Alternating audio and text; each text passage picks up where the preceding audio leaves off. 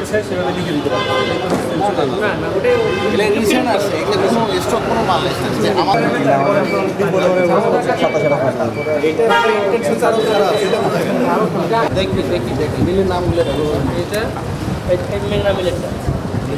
যেখানে মূল্য লিখে দেওয়ার কথা ছিল এবং মেয়াদোত্তীর্ণ এবং উৎপাদনের তারিখ সুস্পষ্ট করে লেখার কথা ছিল, সেটি সুস্পষ্ট লেখা ছিল না এবং মূল্যটা লেখাই ছিল না, যার জন্য আমরা তাদেরকে কগনিজেন্স করেছি এবং সেই জন্য তাদেরকে অর্থদণ্ড করা হয়েছে। মেসার্স এসএস ট্রেড এখানে 20,000 টাকা অর্থদণ্ড করা হয়েছে। ভোজ্য তেল যেন সরবরাহ ঠিক থাকে এবং সরকার নির্ধারিত মূল্যের থেকে অতিরিক্ত মূল্যে বিক্রয় না হয়, সেই বিষয়গুলো আমরা নিশ্চিত করার জন্য এই তদারকি চলছে।